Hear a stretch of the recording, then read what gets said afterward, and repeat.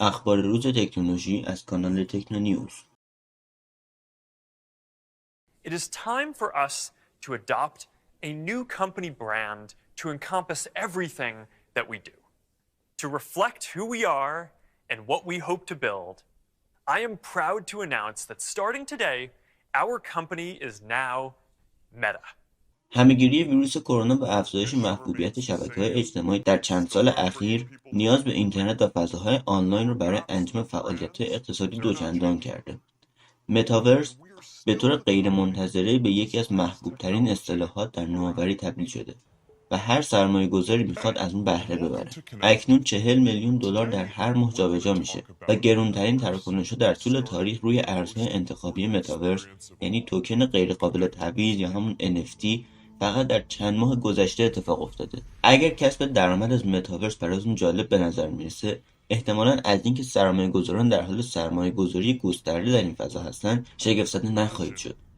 با این حال اگه اطلاعات زیادی درباره اون نداشته بود، در سال 1999 با عنوان اسنوکرش کلمه متاورس رو برای اشاره به یک دنیایی که توسط کامپیوتر تولید میشه مطرح میکنه، جایی که انسان‌ها به عنوان آواتار با یکدیگر و عوامل نرم افزاری در یک فضای مجازی سه‌بعدی که از استعاره دنیای واقعی استفاده میکنه تعامل داره. یعنی اون شبکه‌ای از جهان‌های مجازی سه‌بعدی است که بر ارتباط اجتماعی متمرکز شده. در متاورس کاربران منفرد به عنوان آواتارها ظاهر میشن.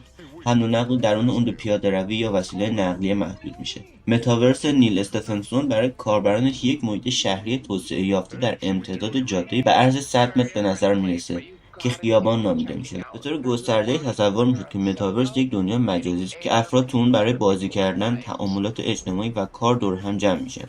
پس متوجه شدیم که اصطلاح متاورس ریشه در رمان علمی تخیلی سال 1992 داره و یه واژه مرکب متشکل از دو واژه متا و یونیورس، یعنی فراجهان. متاورس یک گسترش پیشنهادی برای فناوری‌های اینترنتی موجود با کمک فناوری‌های غوطه‌ور شدن در فضای مجازی یا همون هدست‌های واقعیت افزوده و حقیقت مجازی هستند، همون AR و VR. بسیاری از ما ممکنه حتی نتونیم کلمه متاورس رو درست تلفظ کنیم و این چیز عجیبی نیست.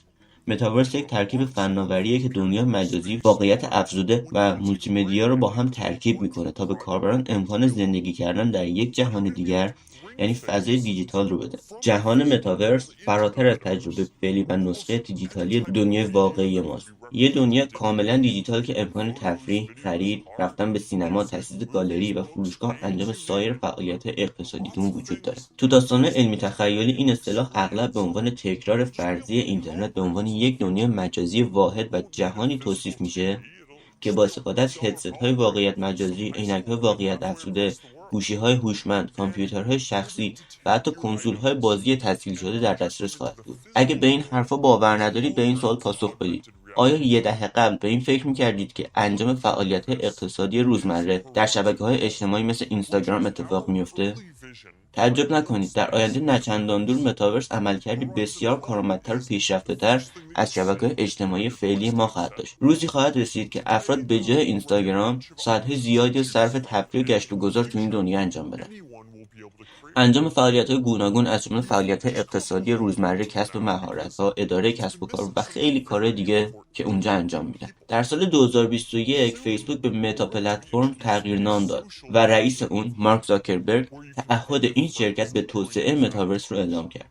بسیاری از فناوری‌های واقعیت مجازی که توسط متا پلتفرم تبلیغ میشه هنوز هم در حال توسعه هستن. از زمانی که غول فناوری یعنی فیسبوک تغییر نام خودش رو اعلام کرد، همهمه‌هایی در مورد این موضوع وجود داشت. این همهمه‌ها درباره دنیای مبتنی بر واقعیت مجازی که غوطه‌ور خواهد بود و میتونه ابعاد جدیدی در یک کره خیالی به زندگی اضافه کنه. اما این همه ماجرا نیست. متاورس میتونه فراتر از اینا باشه. اون میتونه پتانسیل بلاکچین و المان‌های مرتبط مانند توکن‌های غیر قابل تعویض یا همون NFT رو مهار کنه تا به شرکت کنندگان اجازه بده از دنیای مجازی مشترک کسب درآمد کنند. گفته میشه که تعداد کمی از کاربران بازی‌های مبتنی بر بلاکچین مانند شهر بولکا از دارایی‌های خود مثل پمپ بنزین‌ها، هتل‌ها، هر اونچه در دنیای واقعیت مجازی وجود داره ثروت زیادی به دست میارن. فالوورهای متاورس کمک این ترکیب فناورانه رو برای توسعه، تلاش برای بازی و برنامه‌ریزی برای حفظ ارتباط با دوستان از طریق فعالیت‌هایی مثل اجراهای زنده و سمینارها تا سفر در دنیای دیجیتال تصور میکنند. همچنین برخی از راه‌های کسب درآمد از متاورس وجود داره که در ادامه به اونها میپردازیم. حالا ورود به متاورس چه مزایایی داره؟ افرادی که جزو ورودی‌های اول این بازار بین‌المللی باشن قطعاً میتونن فرصت‌های بیشتری برای موفقیت و کسب درآمد دلاری داشته باشن. تعامل و برقراری ارتباط با کاربران جهانی اینترنت در سالهای آتی از طریق متاورس خواهد بود. پس کسب و کارها، رویدادها، سمینارها، گالریها، فعالان اقتصادی و خیلی دیگه باید در این سرزمین فرصت‌ها پیشروی کنند و موقعیت‌های جدیدی رو تجربه کنند. شما میتونید دارایی‌های کسب شده خودتون رو در این دنیای مجازی به فروش برسونید و دارایی‌های جدیدی رو بخرید. برای کسب درآمد در این بازار بین‌المللی میتونید زمینی رو خرید و فروش کنید. انواع گالری‌های هنری، تأسیس ساخت فروشگاه اینترنتی رو شروع کنید.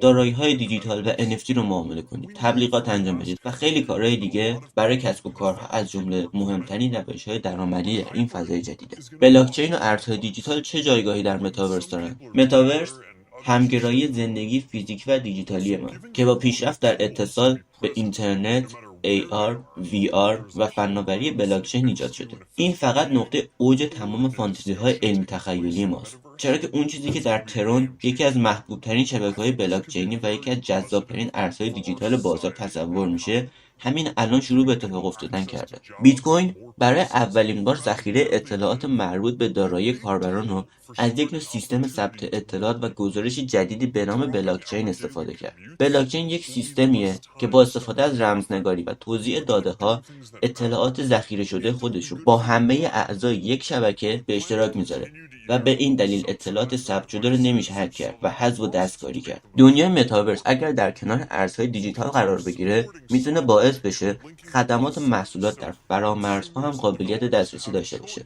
حالا چجوری میتونیم از متاورس کسب درآمد کنیم؟ تو سالهای آینده متاورس ممکنه روش کسب درآمد، خرید یا شاید حتی با دوستان بودنتون رو تغییر بده. کریپتوکارنسی یا همون ارز دیجیتال در حال تغییر روش تولید ثروت مردم در سراسر جهانه. توی این ویدیو چند راه برای کسب درآمد از دنیای متاورس رو گفتم که حتما تا انتها با من همراه باشید.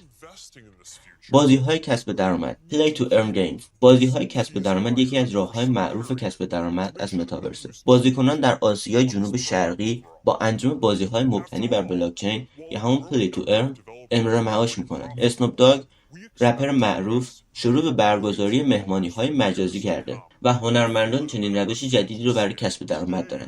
به زبان ساده متاورس یک قلمرو مجازیه که تقریبا هر چیزی تو اون امکان پذیره. بازی‌های مانند اکسی اینفینیتی ماهیانه 3000 تا 5000 دلار به بازیکن‌ها میده که رقم خیلی زیادیه. بازی دیگه هم توی متاورس وجود داره که در حال جمع‌آوری سرمایه برای عرضه در آینده.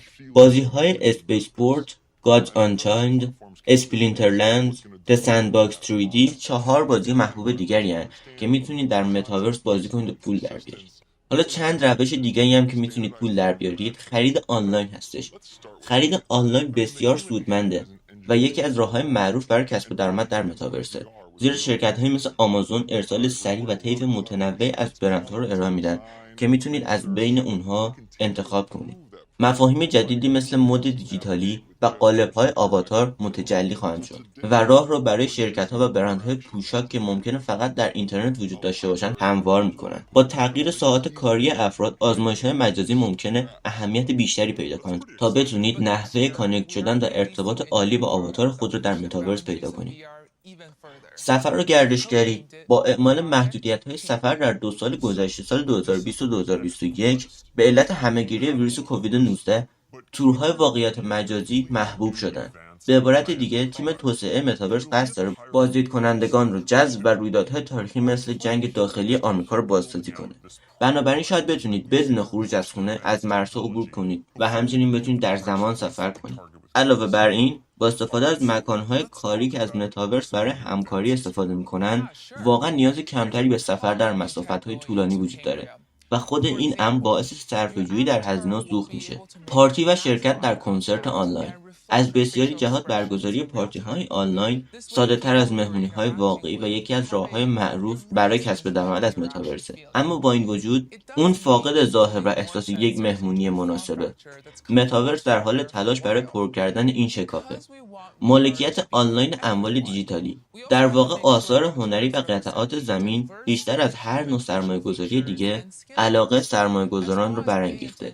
از اونجایی که تعداد کمی از مردم به متاورس علاقه‌مندن، حداقل تعداد کمی از مردم مزایای زمینداری در دنیای اینترنت رو درک کردن. خرید زمین یکی از راه‌های محبوب برای کسب درآمد از متاورس. زمین‌های فلیپینگ در داخل متاورس. خرید زمین در داخل متاورس‌های مثل سند، مانا و سپس فروش آنها برای سود ساده‌ترین راه کسب درآمد از متاورسه. دلالی و معامله زمین درست مانند دنیا واقعی شما میتونید یک دلال زمین تو متاورس باشید و به مردم کمک کنید تا زمین رو تو متاورس بخرن و بفروشن و درصد معینی رو در معاملات موفق دریافت کنید. اجاره زمین در متاورس. اگه یه قطعه کوچیک، متوسط یا بزرگ تو متاورس دارید، میتونید قطعتون رو به سازندگان یا توسعه دهندگان بازی که توانایی خرید زمین رو ندارن اجاره بدید. وقتی شما اونها رو اجاره بدید، اونها میتونن تجارت خودشون رو تو زمین شما اداره کنن. شما از این راه میتونید اجاره ماهانه کسب کنید. ایجاد کسب و کار تو متاورس.